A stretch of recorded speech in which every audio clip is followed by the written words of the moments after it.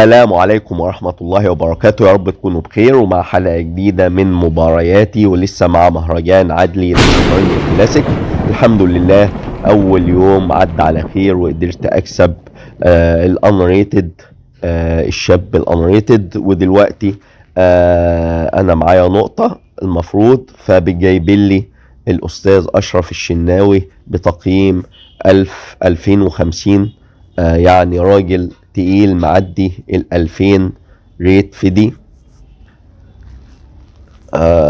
لعبت الدور الاول في اليوم الاولاني بالابيض، فالدور عليا ان انا العب بالاسود والاستاذ اشرف الشناوي بالابيض.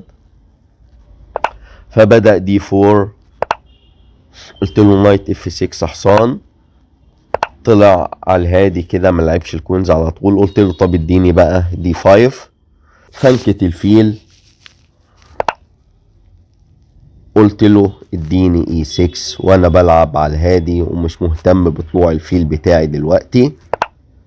طلع بالفيل بتاعه على الجي 2، بيشوب اي 7 بيت. رحت انا لاعب النقلة الجميلة دي اتش 6، ما تجيش بالفيل وتنتشر بيه بسهولة، دور لك على مكان مناسب ليه. قال لي انا رجعت لشكل من اشكال الكتلان. قلت له عاوز تاكل اتفضل كل، انا بيت وامنت الملك بتاعي. طلع بالحصان، قلت له اديني شوية عدم توازن وتنشن في الوسط، سي 5. طلع بالفيل انتشر فعلا. قلت له اي 6، بعمل كماشات على الجناحات عشان الأحصنة. نط بالحصان بتاعه في الوسط، كلت أكل، هات وزيرك، كلب الحصان أكلت، زق البيدق وقال لي أنا مش هريحك. رجعت نايت دي 7، هات البيدق، حمل بيدق. ودلوقتي فكر انت ممكن تعمل ايه في الموقف اللي زي ده. موقف مش سهل خالص. هنا في مكسب يا جماعة زي ما هتشوفوا حضراتكم. اي 5، هات وزيرك وهات فيلك، تاكل اكل تاكل. اجي بالنقلة الجميلة بتاعتي بيشوب اف 6، ترجع بالوزير اجباري، مفيش غير المكان ده وزير اي 3 عشان تفضل محافظ على الحصان بتاعك ما يتاكلش. اقول لك هات النقلة الجميلة الدفعة البيدقية دي 4، هات قطعة من الاتنين يا وزيرك يا حصانك. ربط. قلت له انا مش مهتم، انا هاكل الوزير، تاكل اكل بكش الاول، تضطر تاكل بالملك. اروح واكل الرخ ومهدد حصانك لسه.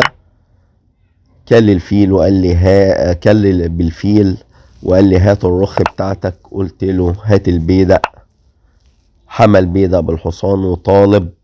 دلوقتي وقف كده وشوف انت لو مكاني بالقطع السوداء ازاي تقدر ان انت تحافظ على التفوق بتاعك والنشاط القطعي والموبيليتي بتاعت القطع بتاعتك والتناغم ما بينهم. دلوقتي الحصان والفيل عاملين ضغط، والأرخاخ بتحب الأعمدة المفتوحة وإنها تاخد نشاط. فدلوقتي هو خسران قطعة، بس أنا دلوقتي مش عارف أترجم التفوق بتاعي. الإنجن بيقولك تفوق 4 للأسود أو 4.5 كمان. أفتح لك الإنجن كده تشوف بيقول لك ايه. هيقول لك كل، فده اللي حصل على الرقعة فعلا. ياكل، اروح واكل البيدق وفتحت عمود ومعايا فيلين اقوياء جدا، وعادي بقى القطعة بتاعتي تقدر تفوز في نهاية الدور في الاند جيم. قال لي معايا بيدق لسه سالك، قلت له هات فيلك. حمى، قلت له هات رخك. مشي. عملت بلوك بالفيل بتاعي على الاي 5، براقب دفعة البيدق ديا. ركبت البيدق، روك سي 5. قلت له تعالى بقى نكسر مادام انت خدت العمود المفتوح.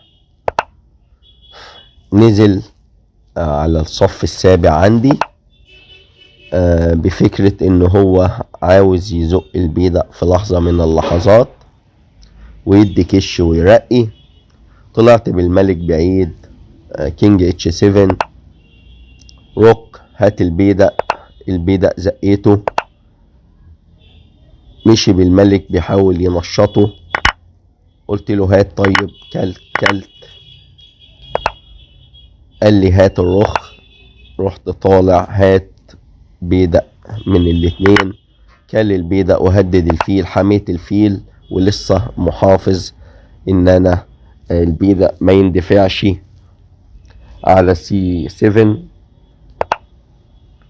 زق البيدق التاني وبيصعبها عليا. دلوقتي لحظة حاسمة يا جماعة، انا خايف ان هو ياكل الفيل بتاعي ويزق يرقي. الكمبيوتر بيقول لك كل، وفعلا انا اكلت على الرقعة. قال لي مفيش رجوع على العمود وبهدد دلوقتي ان انا اكل فيلك. قلت له الفيل هرب وكل البيدق، عاوز يكمل ويزق البيدق بتاعه. قلت له اتفضل زق، هاكل البيدقين في الفيل ومعايا 3 بيادق واقدر اكسب. هو فاهم الكلام ده، فلعب الملك يهدد الرخ ويبعدها عن العمود. رجعت خطوة لورا، روك A1. هات البيدق. المفروض اسمع كلام الانجن وزق، بس الفلسفة مش هتسيبنا. انا لعبت النقلة دي يا جماعة لاني عندي هوس بسبب البيدق السالك ده، فانا مستعجل ان انا اكله. فالنقلة دي قلت ان انا هسيب له البيدق ده. قصد البيدق ده هياكل بكش. اطلع عليه هات الرخ، يهدد. ارجع هنا وسنطر الفيل. البيدق ملوش حماية، وقع. هات الرخ بتاعتك. رجعت لسه براقب البيدق التاني. مربع الاي 7 ما يرقيش البيدق بتاعك السالك ده خالص. هات الفيل. ابتدى ان هو يطارد الفيل. رجعت بيه. قال لي هات الفيل برضو بالرخ. حميته. زق البيدق. زقيت البيدق بتاعي بحيث ان انا اقدر اعمله كخطاف للفيل على الاف 4. دلوقتي لعبت الفيل على الاي 3، بيشوب اي 3. كش. اطلع خطوة، يرجع بالملك عشان يقدر يقف في وش البيادق. قلت له انت متأخر جدا. وسعت طريق عشان ازق البيدق. عاوز يديني كش مات من غير ما اخد بالي. مثلا بيقرب بالملك. قلت له كش بس كده، كشة بسيطة تطلع فوق. ازق البيدق بتاعي والبيدق يدعم اخوه. نزل بالرخ. قلت له انا مش عاوز اغامر خالص. كينج جي 4. طلع عاوز يلف برضه ويقف في وش البيادق. قلت له مفيش الكلام ده. كينج اف 3. زق البيدق بتاعه. قلت له هاته. طلب البيدق. زقيته والدور منتهي، بس هو بيعافر ومش عارف اوصف لكم احساسه يا جماعة. قاعد عمال بيشهق ويتنفس بسرعة، وبينفذ القاعدة بتاعت ان هو انت مهما كنت موقفك ضعيف فانت خد نفس عميق وشهيق طويل. حركات كنت أول مرة أتعرض لها. فهو نتيجة الضغط اللي هو فيه ده، وهو بيخسر من ليفل 1700. فهو مش متخيل ان هو ده بيحصل معاه وبيخسر الجيم بالشكل ده. فهو قاعد عمال مش على بعضه. طلب البيدق، قلت له هات البيدق الجميل ده. وبصوا يا جماعة، الراجل متشبث بالدور للنهاية بالشكل ده. بصوا هيعمل ايه. تخيل كده، وقف وقول الراجل ده ممكن يعمل ايه. وقف بالرخ بتاعته بحيث ان انا ممكن اتسرع واكل واعمل له ستيل مات بالخنق. ويبقى انا بعد ساعتين 3 تفكير وتعب وضغط على الرقعة، يبقى انا خسرت الدور في طيس زي ما بيقولوا.